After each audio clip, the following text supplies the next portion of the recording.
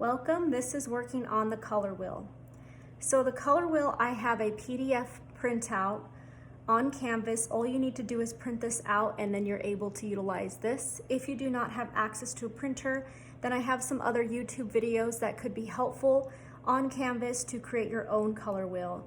What you will need is 4 different rings. So you'll have the hue, tints, tones, and the shades. And then also you will have 12 different colors that we'll be working with. If you have access to cardstock paper, I recommend to print it on cardstock just because it's a little bit more thicker and it allows the medium to glide a little smoother with the tooth to it. If not, computer paper, of course, copy paper is fine. Okay, so what we're going to do is work with our primaries and secondaries for this one. We're going to create our own tertiary colors. And then we also will need a black, gray, and a white. Now, just first of all, as I mentioned in previous videos, we're going to stay away a lot from the black because we're going to make our own black or add colors into that. But for the sake of the color wheel, we're using the tints, tones, and shades, so we're going to keep the integrity of using the grays, whites, and the blacks. Now, one more area with the gray, some of the colored pencil sets come with a light gray. If possible, if you do have a lot of colored pencils that have different variations of gray, then I recommend to use a darker gray. This actually says 70% warm gray. That's from Prismacolor. Not that you need to use that at all, but I do recommend to use a darker gray. If you don't have a darker gray, what I would say is to use an HB pencil. That can also help work with adding the values that we need just for this particular assignment. When you look at the different grays that are available, here are just some of the grays. If you do have a variety of a set, again, not necessary at all, but the lighter ones sometimes will make the piece a little bit more lighter in value. We want to just have that intensity and that strong duration. So here is our finished color wheel, and we're going to make this one today. So I'm going to go over the first steps with you, and then I will stop the video, and then I'll continue on with finishing the product. Okay, so after the first step of printing this out, again, if you have access to a printer, then next you want to go ahead and write what each color is. I find it really helpful just in case that you don't make any mistakes. There is a PowerPoint in Canvas as well that tells each of these colors if you need to. Refer to that. But again, we mentioned that the very top of the color wheel generally is 12 o'clock, and that's a yellow. And violet is generally at the very bottom because that's the darkest color. So with our primary colors, we're going to do those first today. And those are the red, yellow, and the blue. And so when you put the yellow, what you do is you count every 3. So 1, 2, 3, and then you have the blue, 1, 2, 3, and then the red, 1, 2, 3, and that's a yellow. So that is where the primaries are located. For the secondaries are in the primary colors. So for example, I have yellow over here, which I know we have not colored that in yet, and we have blue over here. So in these 2 areas. When I mix these 2 together, I'm going to get green, and green will be right in the center of the 2. So really helpful, again, once you have your primaries down, it tells you that's what green is going to be.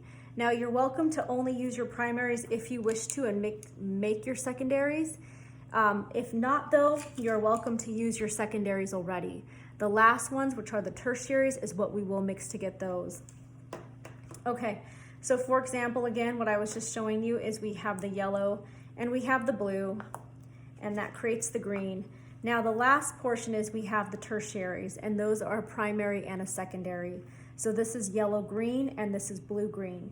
And in this case, that's what we will do. We will mix the green and the yellow to get the tertiary, and we'll mix also the green and the blue to get the tertiary. The proper way to say a tertiary color is you list the primary first. So in this case, I have yellow-green, yellow again being a primary, and I also have blue-green, blue-green being a primary. All right, let's go ahead and get started.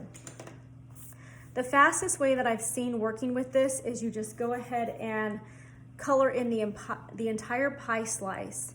Now it's okay if you go ahead and work a little bit darker on the first outer hue, because the first outer hue will just have the original color. So this is all the original color. The second one will have the whites. The third one will have the grays. The last one will have the blacks. Now also on this printout, I do word what each one is, the first ring, second ring, third, and fourth. So going by 1, 2, 3, 4. So it's already done for you, the work, in terms of where what goes of color. Now, if you would like to, we also have the PowerPoint, again, of color theory, so that has the same information. Okay, so I'm coloring the whole pie slice. Now, as we are learning, yellow is an extremely translucent color, so it can get lost very easily by other different values or color tones. So we just have to watch out for that. When you get to your tints, tones, and shades, I recommend keep them light, but the outer hue, again, you can go ahead and make that dark. I found this again to be the fastest process, again coloring the entire pie slice. Also again, notice how I'm holding my pencil. I have my grip in the center. I don't want to be doing this at the very end. Even you can pull it further back if you want to. But I like having this different type of control because now I'm using the side of my actual lead part, or you could say the waxy part of this colored pencil. I'm just going to turn it so I have cleaner lines on the side. And as you continue to build, you can just continue with working with darker values or pushing into the tooth of the paper. And we're getting a very nice yellow. Okay, so the next one we are going to use is white. So this is the tint area. And again, the second ring, add tint, which is white. Now, because we're working on a white paper, this will not show up as maybe easily as if we were working on a tone paper.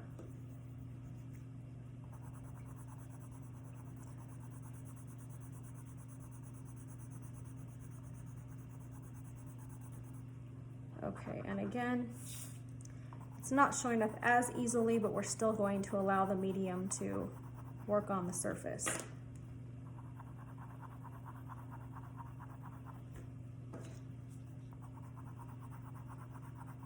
Okay, so this is the white. Next one is the tone, and that's the gray. So now I'm going to use my gray colored pencil. This I'm going to work very lightly just because yellow again is very translucent. I'm trying to have a very light hand. Then I'm going to go back over and add the yellow.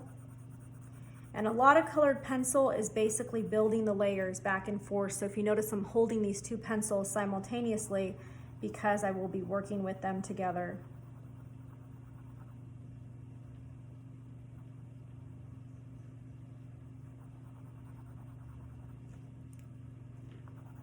The main thing is when you get to these tones and shades, you don't want to lose the original hue. So just keep adding that original hue if it's starting to get light or lost. Okay, now we're going to go with the black. So you want to take a black colored pencil, and this one I have to be so careful with because black is so strong, and again, yellow is very translucent. Okay, I'm going to go back with yellow. And what I'm even going to do is I'm going to hold my pencil like this. So I'm going to force myself to use, again, the sides, not the very tip of this particular colored pencil. And it makes me have to have a very light hand, less strong, heavy hand control. Okay. The main thing is that we do want them to look different than the tones and the shades. And again, we still want to see that original hue of yellow.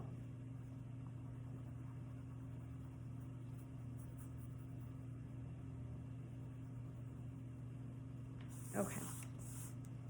Okay, so the main part is we want to see the hue, the tint, the tone, and the shade. I'm going to continue on with getting the other colors, the blue and the red. So again, I'm doing my primary first, so I'll work on that, and then I will